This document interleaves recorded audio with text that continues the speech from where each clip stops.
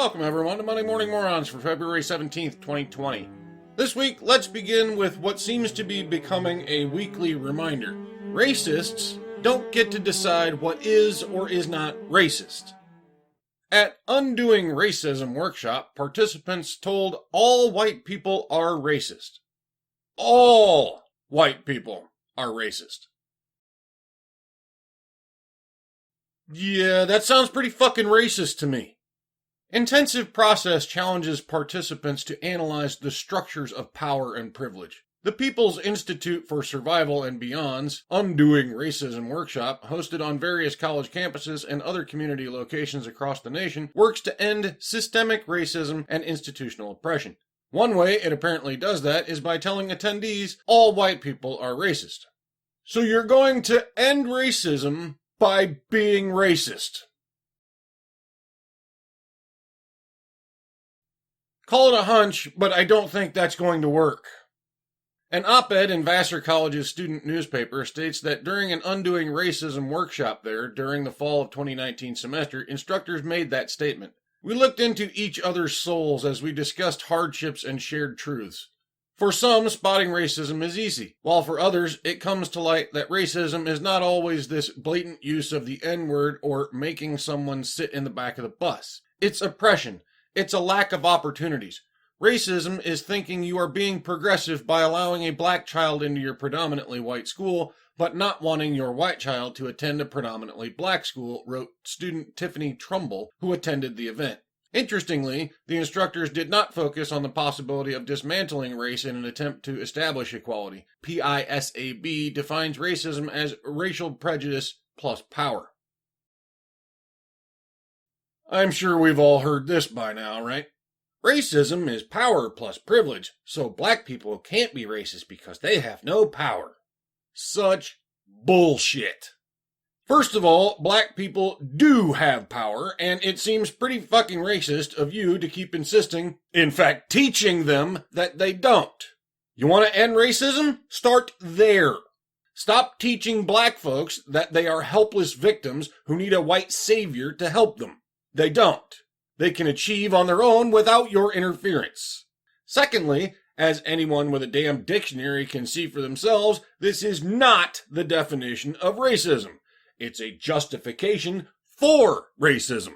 It's no different than the previous generation's racism. You just switched targets and made up some excuses. With this in mind, there were no interjections when the instructors stated all white people are racist. Sitting in this imperfect circle, each participant motionless in their seats, the words reverberate around the room. Can this controversial statement initiate the beginning of change? Yes. It can initiate a backlash that erases all the positive progress made toward equality. It can spur more hate, more division, and more racism. Is that the progress you really want? Because that's the progress you seem dead set on working toward. The College Fix reached out to the People's Institute for Survival and Beyond, a nonprofit based in New Orleans and founded by community organizers, and asked if its employees could confirm that their instructors did make that statement at the Vassar College event, as well as whether their group as a whole believes every white person is racist, and whether they use that statement in all of their Undoing Racism workshops. Alyssa Williams, an administrative assistant for the group, responded that the organization could not confirm or deny if one of the instructors had made that claim at the Vassar College workshop. After this, the group stopped responding to the College Fix after multiple attempts to reach out with further questions. Gee, I wonder why. Don't let them fool you, folks. These people are every bit as racist as the Klan. They just hate a different skin color. Don't let a bunch of racists tell you what is or is not racism. They will always exempt themselves with their definition. What's next, Bob? White students win MLK Day essay contest at University of Montana. Outrage ensues. Of course it does. White kids can't possibly have had the best essay about a black man, you freaking racists. The University of Montana thought it had a good idea a couple of weeks ago. It established a writing contest for the annual Martin Luther King Day holiday. It turns out there was a problem. All of the entrants were white, which means all the selected winners were white. Oops. Looks like we got our panties all twisted in a bunch too soon there, huh? I mean, you can't really award a black kid as the best essay if none bothered to write one, now can we? The essay topic, how students were implementing Martin Luther King Jr.'s legacy at the university, garnered 6 applicants, from which 4 winners were chosen according to the Montana, however you pronounce that, the student newspaper. Okay, ignore the black-white thing here for a second. You chose 4 winners. So it wasn't really a competition at all then. In any competition, there's only one winner, unless it's a team competition, which essay writing is not. So choosing 4 means there really was no winner, just 2 losers who apparently weren't good enough to even get the participation trophy. Kinda harsh, don't you think? When UM announced the winners on his Facebook page, fury ensued. Over 1,000 comments flooded the post. The Cayman reports? I still don't know how to pronounce that. Many commenters questioned why no students of color entered the contest and how that could reflect poorly on the University of Montana's atmosphere. Yep, black kids choose not to do something, and somehow that's your fault, you fucking racists. One person wrote, Jesus Christ, this is shameful and embarrassing, and I say that as a pasty-ass white girl. Yeah, the only thing shameful and embarrassing here is you pasty-ass moron. Another asked how one could think remembering legacy of Martin Luther King Jr. is achieved by giving 4 white girls a shout-out. Yeah, you're right. Hey, white people, from now on you may not remember Martin Luther King Jr. or his contributions to civil rights because you're not black enough. But here's the kicker. The idea for the contest was conceived by the Martin Luther King Jr. Day Committee, made up of members of the Black Student Union, the head of the African American Studies program, and members of the community. The committee had personally invited members of the Black Student Union to participate and used a blind judging system. Essay writers' identities were kept secret to determine the winners. This just keeps getting better and better. So the Black Student Union, interestingly enough, you can't have a white student union, but a black one's just fine. Anyway, so the Black Student Union and the African American Studies program came up with this idea, personally invited a number of black students to participate, and then judged the essays without knowing who wrote them. And yet somehow this is all still racist because no black student bothered to even participate. Yeah, I think we're done here. Moving on. Students hate Trump's State of the Union quotes until hearing they're from 2020 Dems. I love these little videos from Campus Reform. Not so much because it's always a gotcha kind of thing, but because it never ceases to show us the same thing over and over again. The so-called educated people who imagine themselves to be so intricately informed about all the political intrigue surrounding elections actually don't know shit. Why? Because they don't fucking listen. President Donald Trump will address the nation for the final State of the Union of his first term in office. While the president's speech has not yet been made public, which it has now because we're in the future here, some have likely already made up their minds on the opinions of the address. With that in mind, Campus Reform's Cabot Phillips headed to the American University in Washington, D.C. to ask college students for their thoughts on an advanced transcript of the speech, filled with a series of controversial quotes. What the students didn't know is that all of the Trump quotes they were reacting to actually came from Democrats running for president in 2020. First, students were appalled by Joe Biden's racist quote from 2012 saying, "They're gonna put y'all back in chains." That's inappropriate, one said, while another added simply, "That's flat out racist. We should get a new president. We shouldn't have someone like that being a role model for kids," another student said. See? They aren't listening. They heard Donald Trump And now their brain just screams, racist! Just like Pavlov taught them. It's absolutely inconceivable to them that this could be a trick or a misquote. Nope. The statement is racist, therefore Donald Trump must have said it, because he's racist.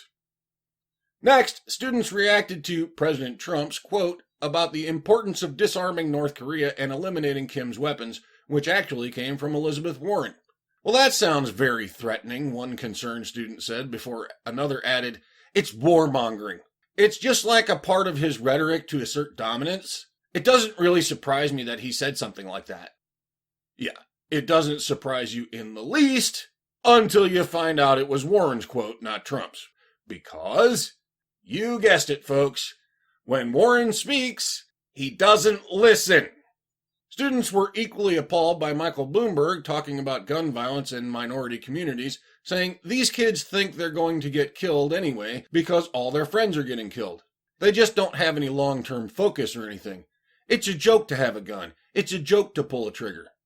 He's saying that because these are communities with people of color, one student said, while another added, that's flat out ridiculous and not appropriate language. That's really belittling to the people in those areas, another said.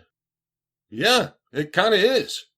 Now imagine how upset you're going to be when you find out that quote comes from the people you keep voting for because you don't bother to listen to what they actually say.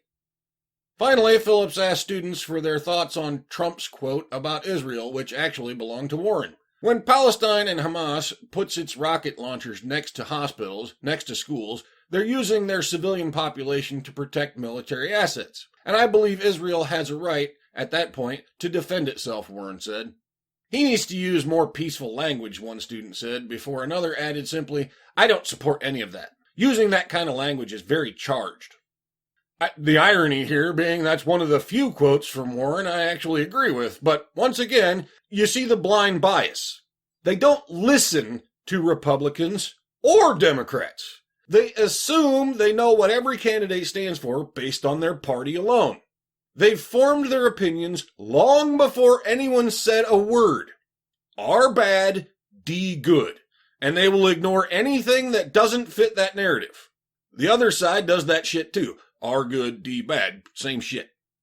People ask me all the time, Count Dibula, how in the hell can you stand to read, watch, listen to so much complete bullshit every week without going crazy? Well, first of all, I'm already crazy, so I don't think a little more is really going to be noticeable. Second, though, is this. This is the reason. I listen because I will not allow Democrats to tell me what Republicans think. Nor will I allow Republicans to tell me what Democrats think. And I'm just flabbergasted that so many people seem more than happy to do exactly that. Why in the holy hell would I ask Donald Trump what Elizabeth Warren thinks when I could just listen to Elizabeth Warren herself? Why in the world would I ask Anderson Cooper to tell me what he thinks Trump just said when I can just literally go hear what Trump just said? You get the point. Think for yourselves, people. Stop letting others do it for you. They have their own best interest in mind, not yours. Toxic time, Bob. Kansas woman convicted of beheading ex-boyfriend's mother with steak knives. Steak knives? I'm no expert here, but that's not exactly the tool I'd choose for such a job. I mean, I guess it'll work if you get time on your hands. A Kansas woman was convicted Thursday of beheading her ex-boyfriend's mother and then leaving the severed head in a kitchen sink, according to media reports. Rachel Hilliard of Wichita cut off the head of 63-year-old Mickey Davis with 2 steak knives on April 9th, 2017. Hilliard, 38, attacked Davis without provocation, Sedgwick County District Attorney Mark Bennett said during closing arguments of the trial. Davis went to Hilliard's home with her 9-year-old grandson to collect his things at Hilliard's insistence. For her own reasons, Rachel Hilliard had had it with Mickey, Bennett said. Hilliard was treated at a state psychiatric hospital before she was declared competent for trial. Said she was discussing a painting with Davis when she lost her temper. I just freaked out, and we were wrestling into the garage, and we got into a fight, she said while on the witness stand. Prosecutor said Davis's grandson told police Hilliard jumped on the elder woman and beat her with no warning. Bennett said Hilliard used a second knife after the blade of the first one broke. Davis was found in the garage and her severed head in the kitchen sink, prosecutor said. Hilliard is expected to be sentenced on March 27th. Yeah, so, I guess we blame the ex-boyfriend for this one? Yeah, he should have taken his own kid over there to get his stuff from the emotionally abused and oppressed woman. Well, shit, Bob. I don't want to get in trouble for calling a psycho nut job psycho nut job. I was trying to be politically correct, but I don't know. What are they calling these psycho murderers these days? Victims? Okay, let's wrap it up. Hashtag justice for Johnny Depp trends after Amber Heard admits to hitting actor in audio clip. Okay, so not funny like we usually wrap up with, but this was sent to me on Discord by Reason Vision. For those who hadn't yet noticed, yes, I do have a Discord server if you want to join it. Link is in the description. Don't get too excited though, because there's not really a hell of a lot happening on there. I had planned to do some voice chat hangouts at some point. That's why I set it up. Then kind of got busy doing other things, so it just never happened. Anyway, Johnny Depp and Amber Heard. In case you're not familiar with this little domestic disaster, let me give you a quick down and dirty version. And I've provided several links below so you can look up everything if you like. There's a whole lot more in those links than I've got time to cover, so let's see if we can just make this quick. Amber and Johnny got divorced in 2016. At the time, Amber asked to keep this whole thing out of the press because she wanted it all handled privately. That's fine. I mean, seems like a reasonable request, right? Well, she also asked for $50,000 a month in alimony, the penthouse they lived in, and the Range Rover. If Johnny agreed and signed off by the 1-month deadline her lawyers attached to this deal, then everything would be kept private. The implication, of course, being, if you do not agree to my request, then this goes public. Now, it sure sounds like Amber doesn't know the difference between a request and a threat, but, semantics and all that.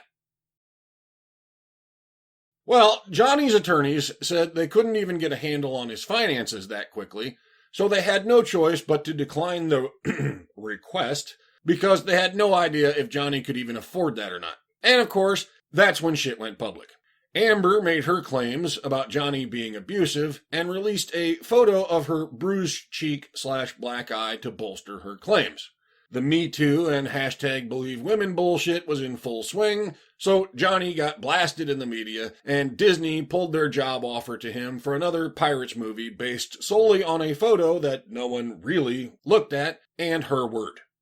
By the way, thank you, Disney. I don't agree with why you did it, but seriously, we've had enough of the recycled movies already. Time for a new idea. And I say that as a fan of the Pirates movies. I really did enjoy them. They were fun, but seriously, enough is enough. Move on. Anyway, Johnny evidently filed a defamation suit against Amber somewhat recently, and lo and behold, what do we find out now? That Amber lied. I know. Shocking. A woman lied? Who ever heard of such a thing? This must be the very first time in the entire history of the world.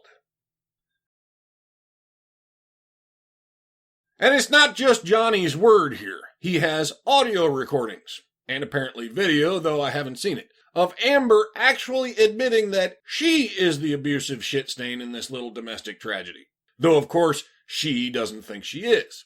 Abusers never do. But she says it herself in the audio recording. I didn't punch you, I hit you. A distinction rather lost on anyone who is not an abusive partner, I'm afraid. What's more, she goes on to say that he deserved it, too. Exactly the kind of shit an abusive person says. Now, as I said, it's not just Johnny's word we've got here. He's got numerous witnesses, including her friends, housekeepers, and the responding police officers who all say the same thing. Amber was not injured at all the night she claimed that Johnny hit her with a phone. making the picture she posted online and presented to the judge when she filed for a restraining order a little curious, right? Well, turns out there's a pretty good YouTube video pointing out all the inconsistencies between this photo and what Amber claims happened. Feel free to watch it yourselves if you like, but the bottom line being she faked the photo. Johnny actually has hospital photos to show injuries sustained from her. That's right. Johnny actually had to go to a hospital because she nearly cut off his fucking finger. Further, several of these people who have been around Amber and Johnny for a while tell more tales of her abusing him before and beyond that one night she called the police because Johnny supposedly threw a phone at her. And the audio, she admits that she called the police simply because she was angry and didn't know what else to do. In other words, she knew she could lie to them and Johnny would be blamed. She said as much in the audio. No one will believe you. And sadly, she's right. No one did. When a man says he's being abused by his partner, no one believes them. So where does all this put us? What's the lesson here? Well, we've said it before. Let's say it one more time. #BelieveWomen is not only a dangerous mantra, but downright stupid. Don't believe women.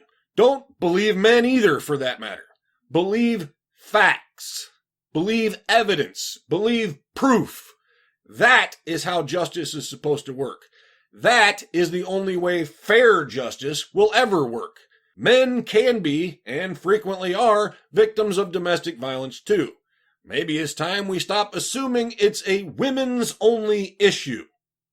That's it for this week. Remember the social justice mantra: women are victims, men are oppressors, and feminism is just about equality. I'll see you all next time.